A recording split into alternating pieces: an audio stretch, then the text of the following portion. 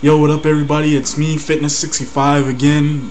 Just trying to re-uploading this video again because the last time I re-uploaded, I didn't like how that video came out. It froze and the video was sort of just all over the place.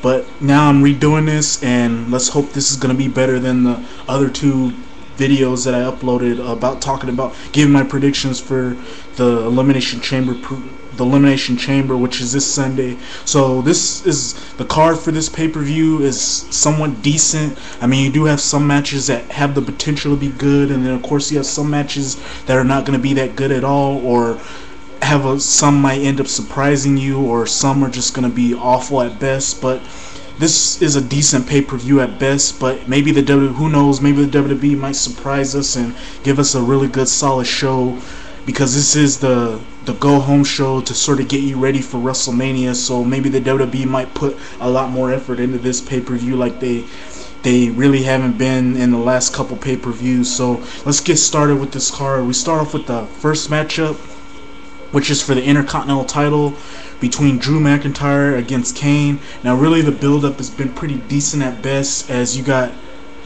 Kane, who's been having a confrontation with Drew McIntyre, and Drew McIntyre doing everything he can to avoid Kane and keep his Intercontinental title and sort of not want to get in a match with Kane. And now these two are going to go one-on-one for the Intercontinental title. Now really this matchup should be decent at best, because even though I'm not a real big Drew McIntyre fan, he is a pretty good, decent worker, even though he is kind of injured. But I expect him to put on a pretty good performance in this matchup.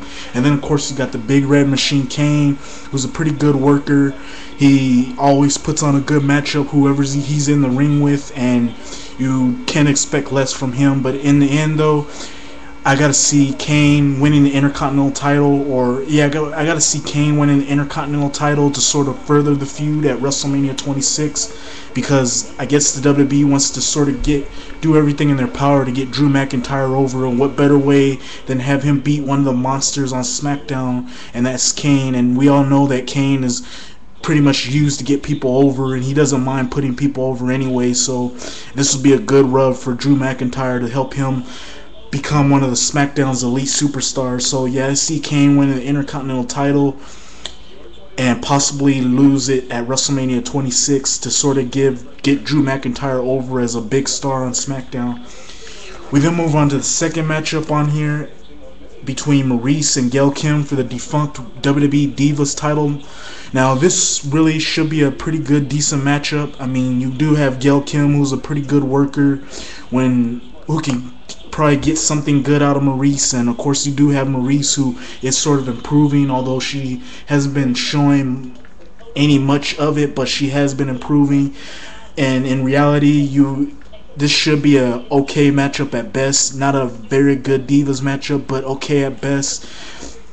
So don't expect anything really good as it comes to terms with women in a women's matchup, because Maurice really isn't that good. But like I said, this should be a decent WWE women's title, decent WWE Divas title matchup. In the end though, I gotta go with Maurice to win the defunct title. I mean, we all know that Gail Kim is a jobber. The way the WWE's been treating her, she doesn't even get a proper ring entrance, for God's sake. I mean, that's pretty sad, and it's a shame that Gail Kim is not getting pushed the way she should be, and other divas like Maurice and Michelle McCool and other women like that for that nature are getting pushed over girls like this. It's just a shame to see that, but that's the way it is in the WWE. So I guess we're gonna continue seeing this. But to me, Gail Kim just deserves a whole lot better. Same with girls like Beth Phoenix or Natalya Neidhart and other divas like that, who are actually better than some of the divas that they're actually pushing. But yeah, I go with Maurice to win the title, and I guess further the feud along between these two at WrestleMania, or I guess do something with Maurice until Melina gets back. So yeah, that's what I see, Maurice winning this matchup and being your new WWE Divas champion. The next matchup on here is a matchup that they're going to probably add at the last minute. It's going to be between Batista against Edge. Now really, these two have been having some bad matches, They had some bad matches in '08, I believe. I mean '08, and then some in '09, and then some in '07. I mean some in '08, and they had some good matches in '07 and some in '09.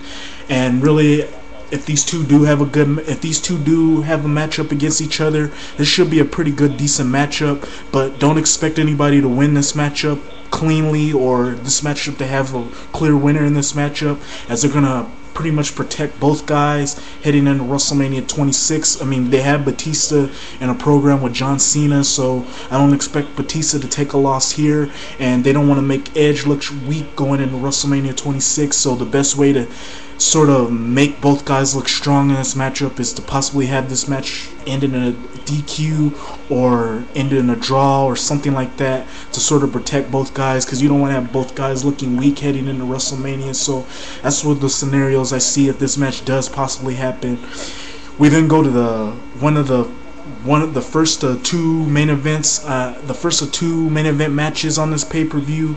The first one is for the WWE title in the WWE title chamber matchup.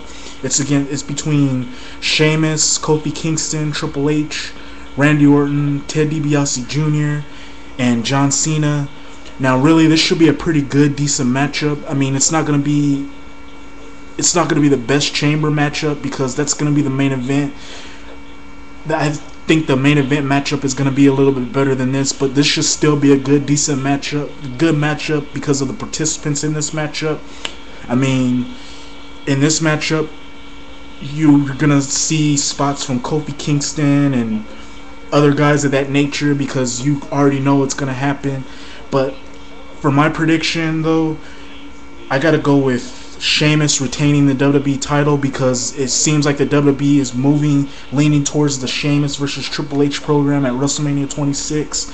Kofi Kingston obviously isn't gonna win it, even though I want him to, or look strong in this matchup. He's not gonna win the title, because we all know that him getting in, the way the WWE booked him and getting in is just horrible, and no one can take a guy who was booked like that seriously going into this matchup. And then him getting dominated on Raw, where he looked strong, but in the end he sort of looked weak at the end, so you can count him out. Triple H, like I said, they're going with the Sheamus Triple H program, leaning towards that. Randy Orton's in a program with Legacy, and they're possibly going to have Randy Orton against Ted DiBiase Jr. at WrestleMania 26. Ted DiBiase Jr. pretty much the same thing, and John Cena is in a program with Batista, so I don't expect him to win the title here. So I look for Sheamus to retain. It's a shame that he's going to retain, but that's just the honest to God truth. So Sheamus is going to retain the WWE title and move into a program against Triple H at WrestleMania 26, which I don't like at all, but it looks like the WWE is going to do that. And then finally, the main event for the World Heavyweight title matchup in the Elimination Chamber. It's going to be The Undertaker against Rey Mysterio, against John Morrison, against R-Truth, against Chris Jericho, and against CM Punk. Really, this matchup has the potential to be match of the night because of the participants. You know Rey Mysterio is going to do his crazy stuff like he always does, and like he did in the last Elimination Chamber from last year.